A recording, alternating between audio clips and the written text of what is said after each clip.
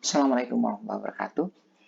Pada kesempatan kali ini saya ingin bercerita tentang bagaimana langkah-langkah kita dalam melakukan investigasi terhadap jurnal yang akan menjadi target kita untuk mempublikasikan hasil-hasil penelitian kita.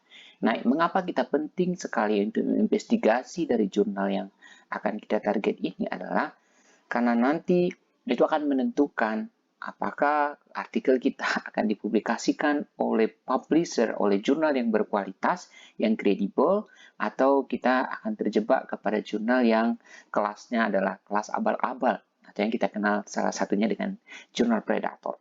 Baik, untuk investigasi ini, pertama saya ingin menyampaikan terlebih dahulu bahwa dalam menentukan jurnal target, tentu kita harus dulu menimbang kualitas dari artikel kita, kualitas dari temuan penelitian kita itu seperti apa.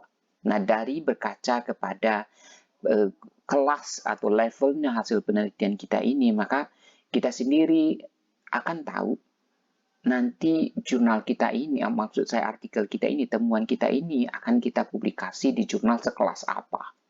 Jadi jangan misalnya kita memiliki artikel yang barangkali hanya berupa hasil penelitian kita ketika S1 dengan variabel yang terbatas, dengan penemuan yang mungkin tidak terlalu fenomenal, lalu kemudian kita menarget jurnal-jurnal sekelas misalnya Nature. Itu jelas tidak layak gitu ya. Tetapi jangan pula misalnya kita memiliki data yang cukup baik lalu kita hanya menarget jurnal-jurnal lokal misalnya seperti itu. Yang padahal temuan kita itu qualified, reliable untuk dipublikasikan di jurnal-jurnal yang kualitasnya termasuk high class. Oke, kita akan mulai dari kualitas jurnal. Jadi menentukan kualitas jurnal salah satu indikatornya adalah dengan melihat apakah jurnal tersebut sudah terindeks pada lembaga-lembaga yang memang semacam pengindeks yang maksudnya adalah salah satu barometer dari kualitas jurnal tersebut. Jadi tentu masing-masing pengindeks sebenarnya memiliki kriteria tersendiri bagaimana jurnal-jurnal yang dinaunginya, maksud saya yang berada di dalam indeksnya itu sesuai dengan ketentuan yang mereka tetapkan. Misalnya kalau kita di Indonesia ada SINTA, Science and Technology Index, ini merupakan lembaga pengindeks nasional. Lalu kemudian di ASEAN kita punya ASEAN Citation Index.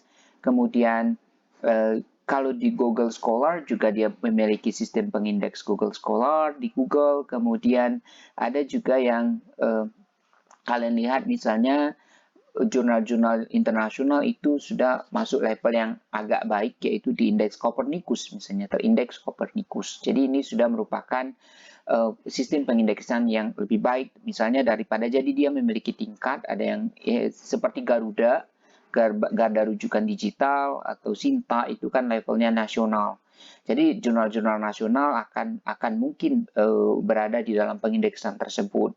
Kita perlu melihat kualitasnya, dia SINTA berapa gitu ya. Saya tidak akan lebih jauh membahas tentang pengindeks nasional karena target kita adalah jurnal-jurnal yang kualifikasinya internasional.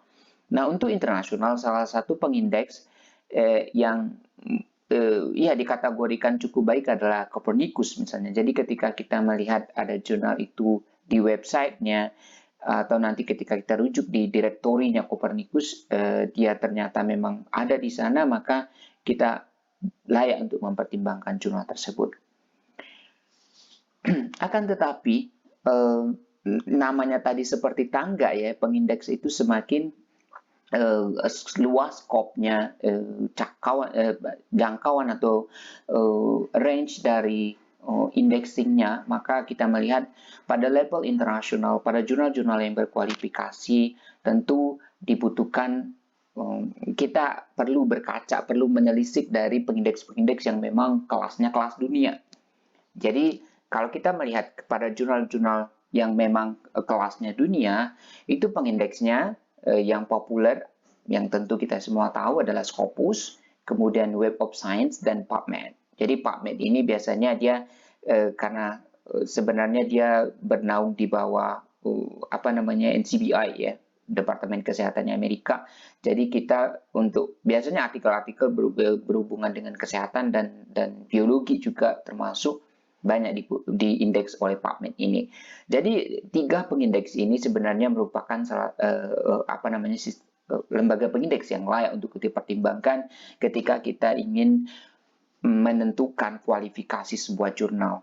Nah, sekarang kalau di Indonesia kita memiliki ada semacam kriteria dari lembaga pemerintahan yang menentukan kualifikasi untuk publikasi kita, misalnya Ristek BRIN atau Dikti Kemdikbud sekarang itu menentukan seorang dosen atau seorang peneliti biasanya kualifikasi penelitiannya itu, publikasinya itu kadang-kala ditentukan dia harus terindeks Scopus gitu ya. Dia harus berpublikasi di jurnal yang terindeks Scopus atau terindeks Web of Science gitu. Nah, ini merupakan kriteria yang menjadi barometer bagaimana artikel kita nanti memang berkualitas atau tidak gitu ya. Itu dilihat juga dari kriteria lembaga pengindeksnya.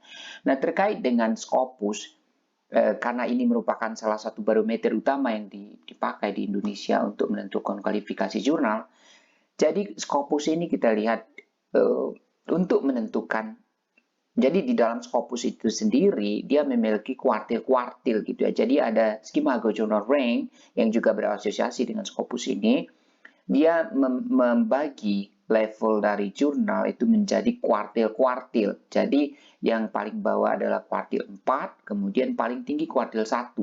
Nah, kalau kita misalnya berhasil berpublikasi di kuartil 1, jurnal-jurnal terindeks Scopus yang masuk dalam ranking kuartil 1, maka itu merupakan capaian top gitu ya.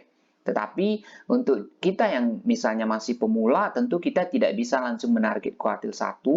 Tentu kita harus mempertimbangkan jurnal-jurnal yang kuartilnya bawah atau menengah. Jadi kuartil 4 atau kuartil 3 gitu.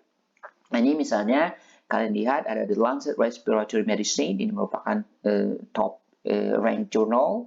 Q1 misalnya, kemudian ada Q2, misalnya Indonesia juga ada beberapa jurnal yang sudah masuk terindeks Scopus, dan bahkan ada yang pada level kuartil yang lebih tinggi. Ya, misalnya ini Indonesian Journal of Applied Language, ini sudah masuk kuartil 2. Ada juga misalnya Cell Journal yang Q3, atau ada jurnal yang berada di level bawah. Misalnya Computer Science, untuk ini di Chem Journal, itu masih dalam kuartil 4. Nah, ini tentu juga kita harus melihat ketika kita menentukan kita akan submit di jurnal mana, kita lihat dulu kuartilnya. Pertama tentu apakah dia terindeks Scopus, oke. Kemudian dari terindeks Scopusnya itu kita harus melihat dulu kuartilnya itu kuartil berapa. Nah, ini tentu kita harus sesuaikan dengan level kualifikasi atau kualitas dari temuan yang kita ingin publikasikan. Seperti tadi saya katakan bahwa kalau seandainya temuan kita itu mungkin masih berupa preliminary dan belum terlalu sophisticated, pendekatan dan sebagainya, dan juga novel findings-nya belum sesuatu yang bisa dikatakan fenomenal, mungkin kita tidak bisa mempertimbangkan untuk mensubmitnya di jurnal Q1. Karena mengapa? Pasti biasanya persentase probabilitas untuk di reject itu besar sekali. Maka mungkin kita bisa memulainya dari jurnal Q2 misalnya, di bawahnya tuh Q3 gitu ya. Nah, jadi disesuaikan dengan temuan kita nanti dengan kualitas jurnal. Karena muncul juga sebenarnya pertanyaan, bagaimana cara kita menentukan temuan kita ini layaknya di kuartil berapa. Nah, itu sebenarnya sebagai seorang ilmuwan, sebagai seorang mahasiswa misalnya, master atau doktor atau postdoc atau dosen, tentu kita sangat mengenal di field kita itu, di area expertise kita itu, ini sudah levelnya seperti apa. Tentu kita sudah banyak sekali belajar tentang publikasi-publikasi yang menjadi rujukan di penelitian-penelitian kita. Tentu kita tahu kualifikasi kita itu posisinya di mana. Jadi itu tidak sulit kalau kita sudah ya istilahnya di bidang kita, misalnya saya di bidang fisiologi, kalau misalnya kajiannya itu hanya berupa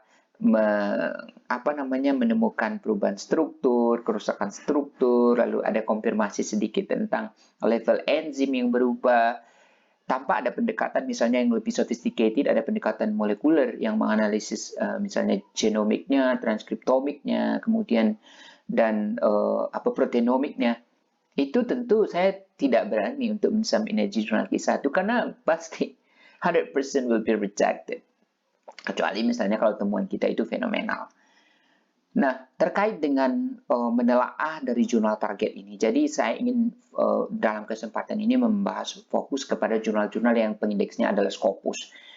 Nah, untuk menentukan menginvestigasi dari jurnal yang akan kita target ini, yang menjadi tempat kita untuk submit artikel kita itu, apa yang kita pertimbangkan? Pertama, ranking dari jurnal tersebut. Seperti yang saya katakan tadi, apakah dia masuk di kuartil bawah atau dia masuk the top one, kuartil 1.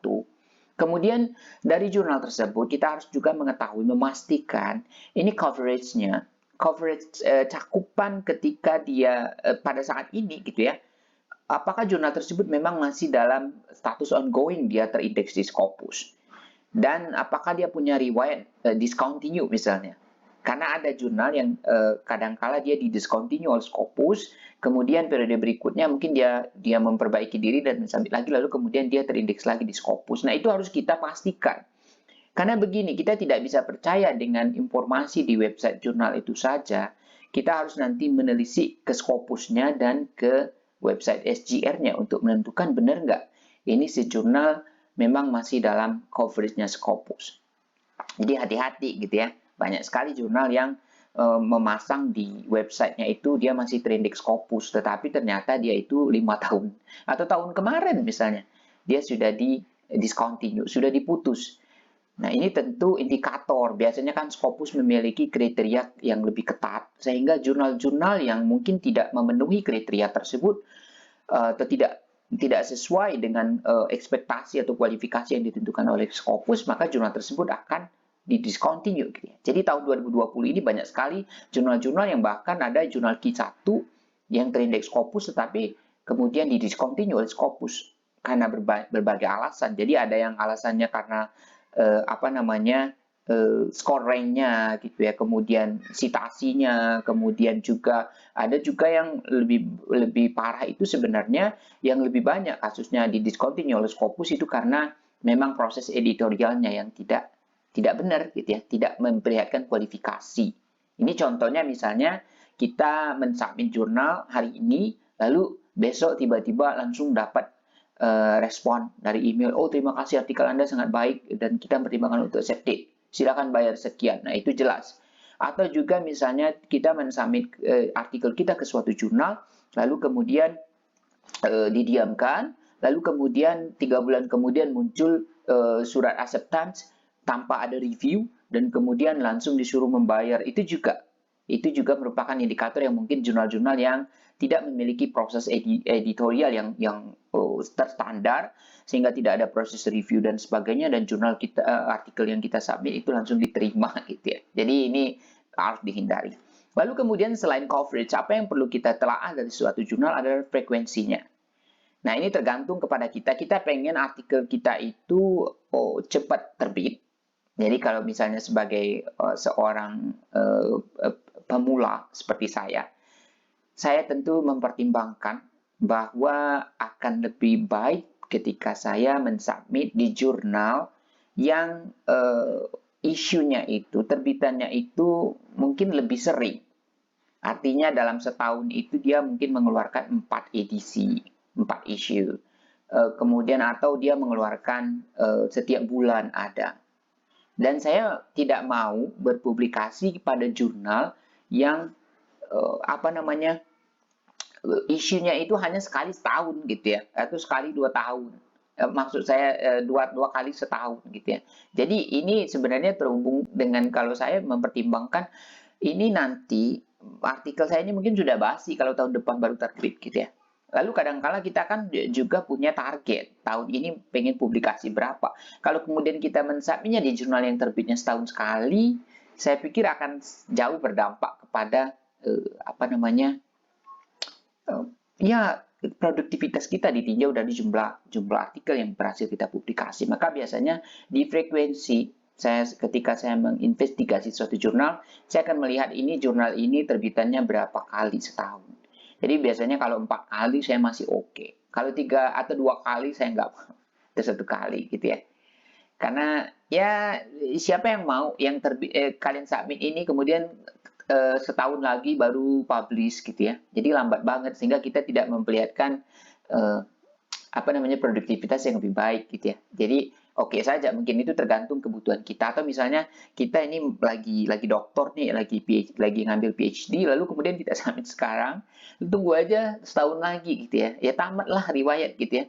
Karena lama menunggu proses itu. Maka perlu sebenarnya untuk mempertimbangkan frekuensi dari suatu jurnal. Tetapi perlu juga untuk menyiki, kadang-kala ada jurnal yang terlalu frequent dan itu juga mencurigakan nanti. Ada jurnal yang terbitannya itu mungkin misalnya dalam sebulan itu volume artikelnya banyak sekali. Jadi dia terbit tiap bulan, oke, tiap bulan, tetapi lihat juga volume artikelnya.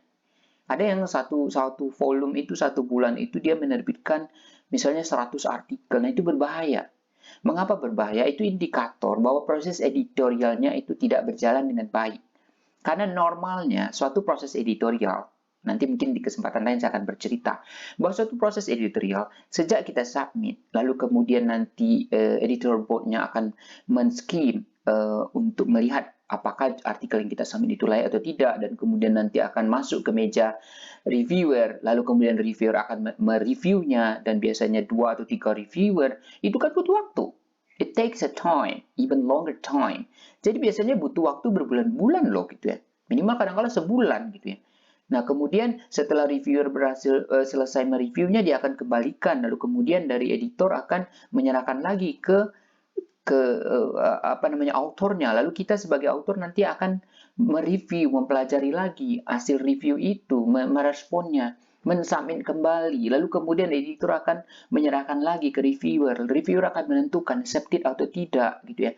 Nah, ini kan butuh waktu, maka perlu dicurigai ketika suatu jurnal yang kita lihat nanti misalnya dia dalam satu bulan itu berhasil memproses lebih dari 100 artikel untuk satu terbitannya. Itu saya pikir tidak ada yang tim yang sekuat itu yang mampu memproses 100 artikel dalam periode yang singkat gitu. Karena tadi seperti yang saya gambarkan secara umum adalah proses untuk sampai dari submit sampai artikel itu diterbitkan layak publish atau publishable itu membutuhkan waktu gitu ya. Maka biasanya tidak akan sampai seratusan yang diselesaikan oleh pengelola jurnal yang berkualifikasi.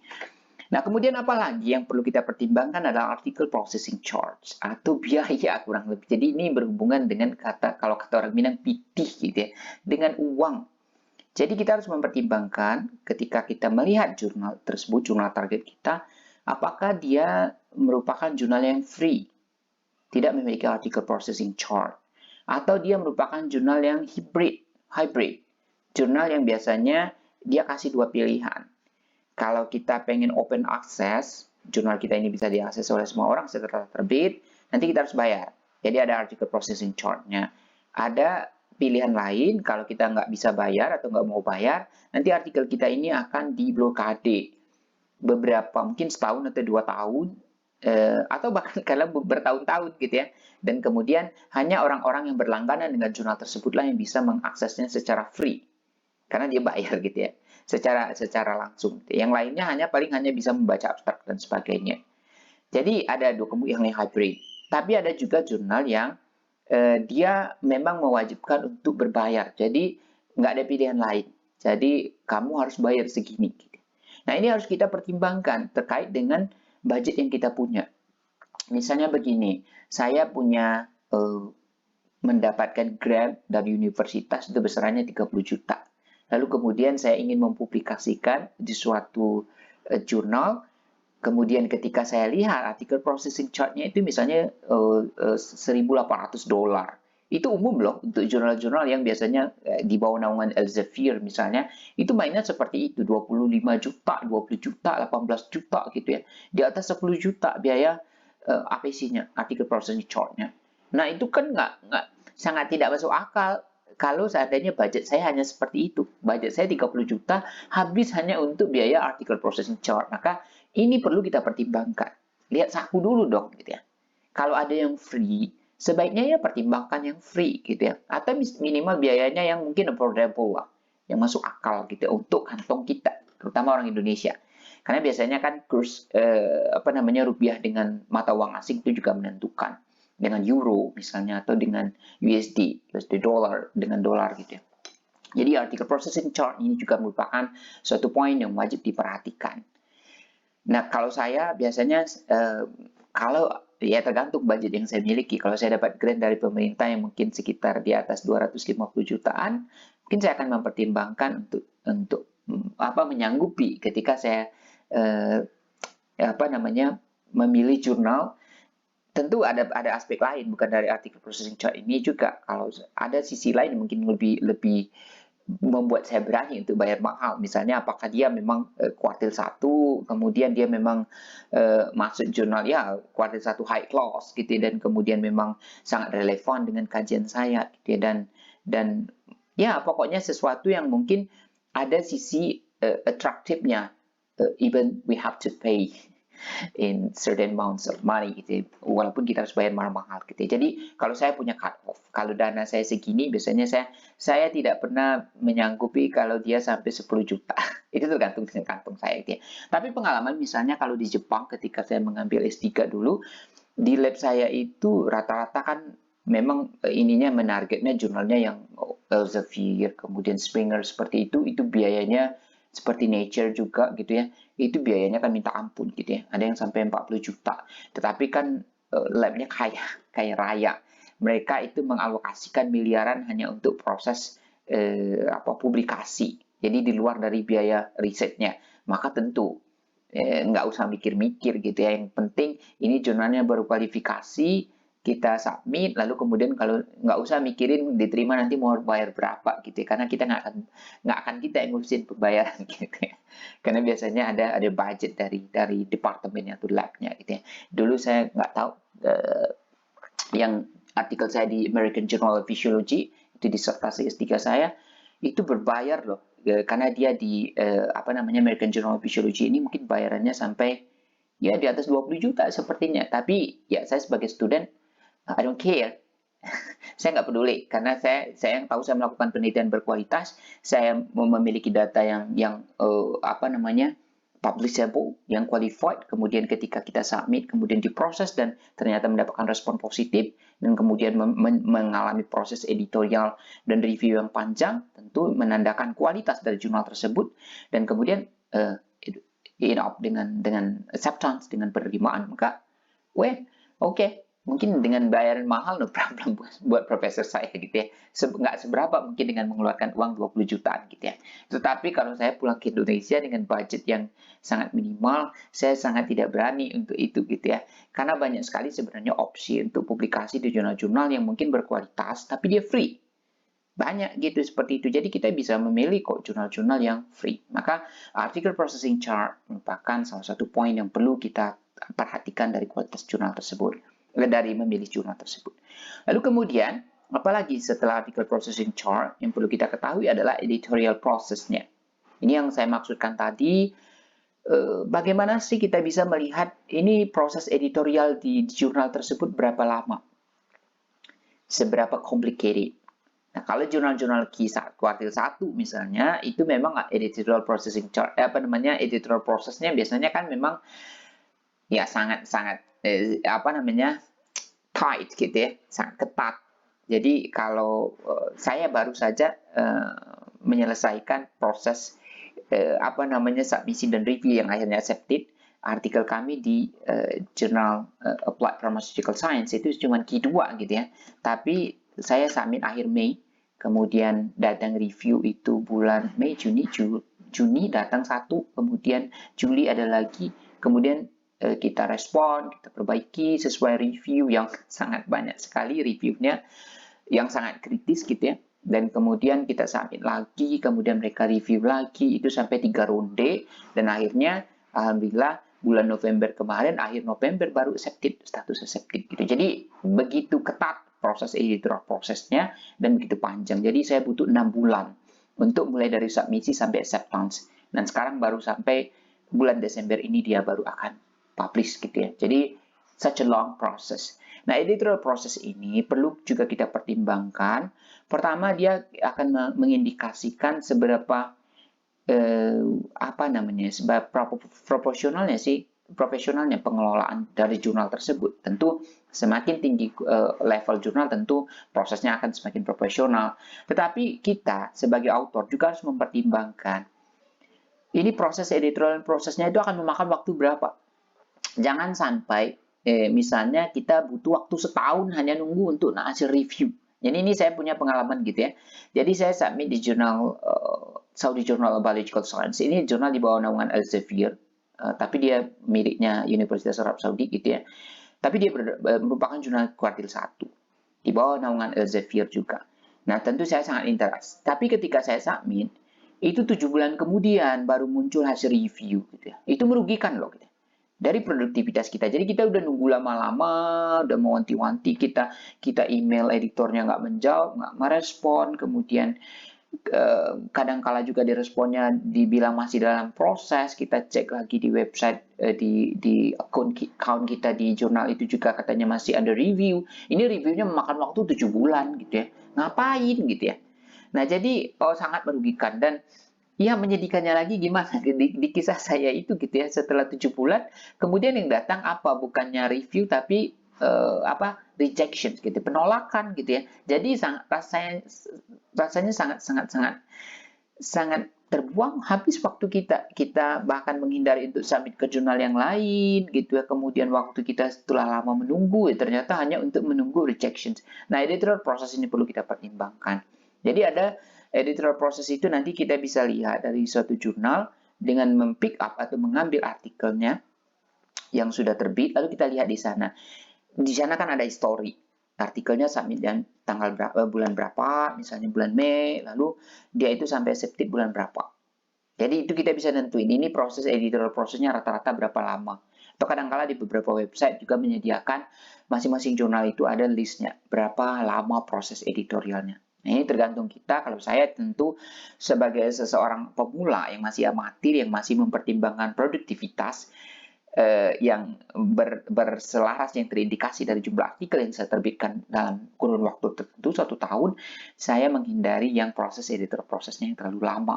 Jadi saya harus melihat jurnal yang editorial prosesnya yang mungkin ya paling lama ya 6 bulan deh gitu ya. Proses 6 bulan, mulai dari kita submit, review, kemudian resubmit, re-review, kemudian kita submit lagi, kemudian submit, itu mungkin bisa selesai dalam 6 bulan. Itu biasanya yang saya target. Saya tidak berani kalau mensubmit artikel yang butuh waktu 1 tahun hanya untuk proses editorial yang ini. Nah, salah satu kelemahan mungkin ketika kita submit di jurnal-jurnal lokal, ini pengalaman saya juga melihat teman-teman yang publishnya di jurnal lokal, walaupun dia jurnalnya jurnal bagus, tapi basisnya di Indonesia, itu kadang-kala editorial prosesnya lama. Jadi submitnya kini, kemudian 4 bulan kemudian baru dapat respon, hasil review. Nanti kita perbaiki, kita submit lagi, 3 bulan kemudian lagi baru dapat respon. Apa artinya? Reviewernya itu yang mungkin tidak berjalan baik, atau editorial timnya yang tidak terlalu profesional gitu. Kalau saya menimbang seperti itu gitu ya. Tetapi tidak semua jurnal. Kalau saya hanya pengalaman di jurnal-jurnal bidang biologi ya, kalau untuk sistem lokal. Saya nggak tahu, mungkin jurnal lain akan lebih rapid gitu ya. Kita pengen kan reviewernya juga bekerja profesional, bekerja cepat, merespon cepat, dan memberikan hasil reviewnya juga cepat, sehingga kita cepat berproses. Kalau seandainya ada data yang memang perlu kita back to the bench gitu, kita perlu lagi misalnya ke lapangan atau ke lab lagi untuk melakukan eksperimen, untuk memperoleh data tambahan, untuk mengklarifikasi, maka kita masih punya cukup waktu gitu dalam tahun yang sama. Jadi kalau saya itu kelemahannya. Ada misalnya rekan saya yang mencoba submit di salah satu jurnal Indonesia, jurnal biologi, yang memang dia sudah terindeks Scopus, tetapi proses reviewnya lama banget. Dia sudah submit berbulan-bulan, 5 bulan, terus saya bilang, coba kontak ininya, editornya tanyain sudah sampai mana. Kan nunggu 5 bulan nggak ada kabar, nggak berberita, nggak ada progres, itu kan ini banget gitu ya. Rugi banget rasanya, waktu terbuang. Kalau kita submit di jurnal lain mungkin sudah terbit gitu ya 5 bulan. Nah, kemudian dibalas, oh dari jurnal tersebut ya sedang dalam proses, lalu kemudian ditunggu lagi, akhirnya sudah 8 bulan nggak ada info. Saya bilang udah reject, tarik lagi. Kalau kata orang ini kan pepatah ya, bunga tak setangkai itu aja gitu ya. Kumbang bukan cuma itu aja gitu. Jadi banyak jurnal-jurnal lain yang lebih rapid proses editorialnya dan kualitasnya lebih baik. kita submit di sana gitu. Jangan nunggu-nunggu kayak gitu, tarik aja lagi gitu.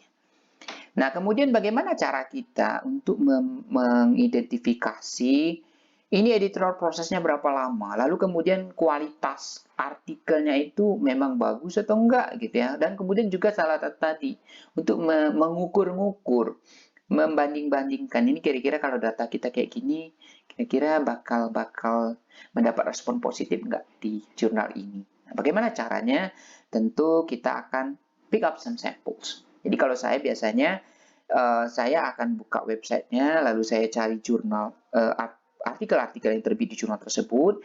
Saya akan ambil satu artikel yang mungkin yang masih fresh. Misalnya ada yang kadang-kala baru-baru preliminary, ya baru saja terbit. Ada yang isu bulan itu, yang terbaru. Kemudian ada yang menjelang terbit, gitu ya. Artikel yang belum dialokasikan untuk edisi berapa, tetapi dia sudah tayang di sana. Kemudian artikel yang memang sudah diterbitkan tapi masih fresh, sebulan atau 2 bulan. Dan artikel yang memang mungkin sudah cukup lama, misalnya 2 tahun sebelumnya. Untuk apa saya mempelajari artikel-artikel tersebut? Pertama, saya ingin menentukan, kan kalau editorial prosesnya berapa lama sih? Jadi saya akan melihat pertama dari ininya. Dia submitnya tanggal berapa, kan di suatu artikel biasanya ada keterangan di sana. Submitnya tanggal berapa, kemudian accepted-nya tanggal berapa. Di sana ada info biasanya di setiap artikel. Kalau di jurnal yang bagus ya. Nah, maka kita akan lihat itu berapa lama. Itu kita bisa ukur nanti rata-ratanya ini yang lebih banyak dari artikel yang kita baca di jurnal itu berapa lama sih prosesnya. Jadi cukup buka filenya, buka artikelnya, kita cari info itu, nggak usah telah kontennya gitu ya. Jadi hanya melihat ini berapa lama proses editingnya. Biasanya kita langsung tentu, oh ini 3 bulan selesai, ada yang 1 bulan langsung, ada yang 6 bulanan gitu ya. Nah itu perlu bagi kita. Lalu apalagi dari membaca itu, kita bisa membandingkan juga kualitas. Ini juga berkaitan dengan proses editorialnya di dalam untuk menentukan apakah nanti jurnal ini juga memang jurnal yang berkualitas atau jurnal abal-abal gitu ya. Jurnal abal-abal artinya jurnal yang sembarang aja gitu ya, semua artikel ditelan gitu ya. Jadi kita akan melihat kadang-kala ada yang dia mempublikasi artikel, lalu kita lihatlah dari data-datanya itu gambar atau grafik biasanya itu kadang-kala gambarnya juga tidak senonoh, kemudian ya artwork-nya itu penataan gambarnya tidak bagus, kemudian bahasanya centang perenang, bahkan kadangkala di grafiknya itu masih ada bahasa asing. Pernah loh saya menemukan ada artikel yang terbit di satu jurnal, lalu kemudian dia jurnalnya katanya internasional, lalu kita lihat ternyata keterangan sumbu X sumbu Y dari grafik itu masih ada bahasa Indonesia.